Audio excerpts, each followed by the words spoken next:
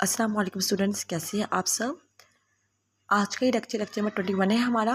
मैंने computer science का मैंने 9th क्लास का कंप्यूटर साइंस का न्यू कोर्स स्टार्ट किया हुआ है, जिसमें चैप्टर नंबर 2 कंटिन्यू है हमारा। आज चैप्टर नंबर 2 का जो टॉपिक हमें डिस्कस करना है, ये टॉपिक बहुत इंपॉर्टेंट है।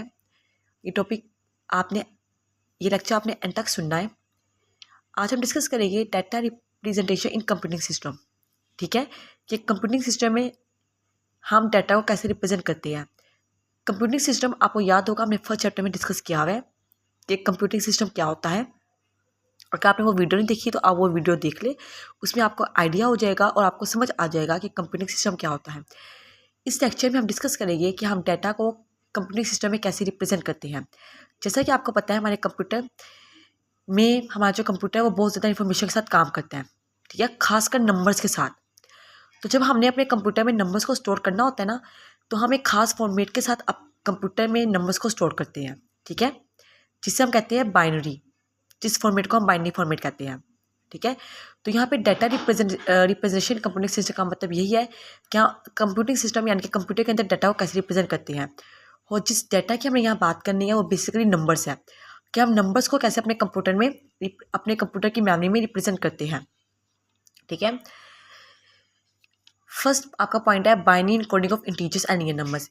इंटीजर्स और रियल नंबर्स, ये दोनों नंबर्स हैं, यानी कि जब भी हमने अपने कंप्यूटर के अंदर इंटीजर्स या रियल नंबर्स को स्टोर करवाना होता है, तो वो वैसे स्टोर नहीं होते जैसे हमने उसको लिखा हुआ है, ठीक है। यानी कि एज इट इज़ वो वैसे स्टोर नहीं होंगे, बल्कि वो 0-1 की फॉर्म में कन्वर्ट हो गए, फिर वो कंप्यूटर में स्टोर हो गए। इसे कहते हैं बाइनरी इनकोडिंग। क्या कहते हैं? Binary encoding.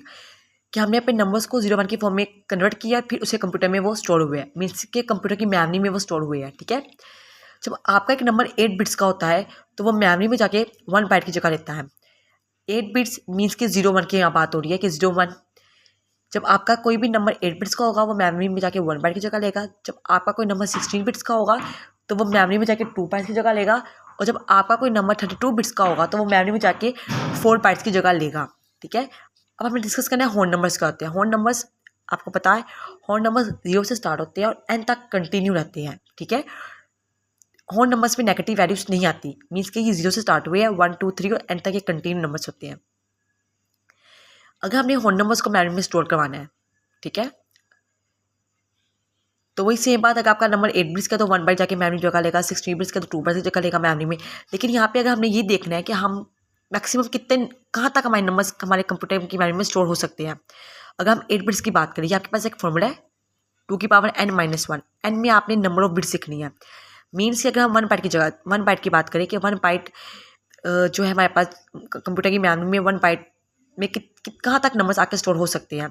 अगर हम 2 लिखे और ये n जो हमारे पास है, इधर लिखिए ये 8 का मतलब 8 का मीन्स है कि 1 बाइट में 8 बिट्स होती है -1। 2 की पावर 8 -1 को सॉल्व करके तो हमारे पास आंसर आएगा 255। इट मीन्स कि हम 0 से लेकर 255 तक के दरमियान के नंबर्स 1 बाइट की मेमोरी में स्टोर करवा सकते हैं। 2 बाइट्स की बात करें, 2 बाइट्स में 16 बिट्स होती है, ठीक है, 2 बाइट्स में 16 बिट्स होती है। तो 2 की पावर 16 -1, अगर हम इसको सॉल्व करें तो हमारे पास यहाँ से आता है 65,535। मीन्स कि अगर हमने 2 बाइट्स मेमोरी लेनी है, 2 बाइट्स की मेमोरी में हम 0 से लेके 65,535 तक के नंबर्स को उसके अंदर स्टोर करवा सकते हैं।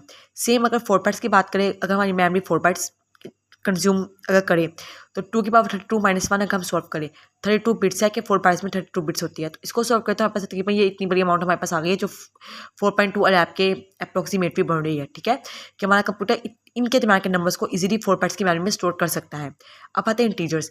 इंटीजर्स में हमारे पास नेगेटिव और पॉजिटिव दोनों नंबर्स आ जाते हैं और 0 भी इसके अंदर आ जाता है। होल नंबर्स में हमने बात की थी कि इसमें हमारे पास सिर्फ जस्ट पॉजिटिव नंबर्स होते हैं जो 0 से स्टार्ट होते हैं, लेकिन इंटीजर्स में हमारे पास पॉजिटिव नंबर्स भी आते हैं, नेगेटिव नंबर्स भी आते हैं और 0 भी आता है, ठीक है। इसमें क्या होता है, जब हमने इसमें इंटीजर्स में अपने क्या कहते हैं डाटा को स्टोर करवाना होता है कंप्यूटर की मेमोरी के अंदर, तो 8 बिट्स में क्या होता है, 8 बिट्स में जो हमारी 1 बिट होती है, 1 बिट जगह लेती है साइन के लिए, और 7 बिट्स जो होती है वो जगह लेती है डाटा के लिए। मीन्स के जो हमारा डाटा जो हमारे नंबर्स है, 7 बिट जगह लेगी नंबर्स के लिए, 1 बिट जगह लेगी हमारे साइन के लिए। अगर हमारा साइन पॉजिटिव है तो वो 0 की जगह लेगा, अगर हमारा साइन नेगेटिव है तो 1 की जगह लेगा मेमोरी में जाके, ठीक है। तो यानी कि 1 बिट जो होती है वो हमारी साइन के लिए होती है इंटीजर्स में, और 7 बिट्स हमारे डाटा के लिए होते हैं, जो हमारे नंबर्स का डाटा है उसके लिए होती है, ठीक है। इसके अलावा हम आगे कंटिन्यू करेंगे कि इंटीजर्स को अगर नेगेटिव नंबर्स को स्टोर करवाने के कंप्यूटर्स के अंदर हम टूज कम्प्लीमेंट का भी यूज़ करते हैं, तो वो हम इसके बाद में लेक्चर्स में देखेंगे, ठीक है, कि टू कम्प्लीमेंट्स क्या होता है।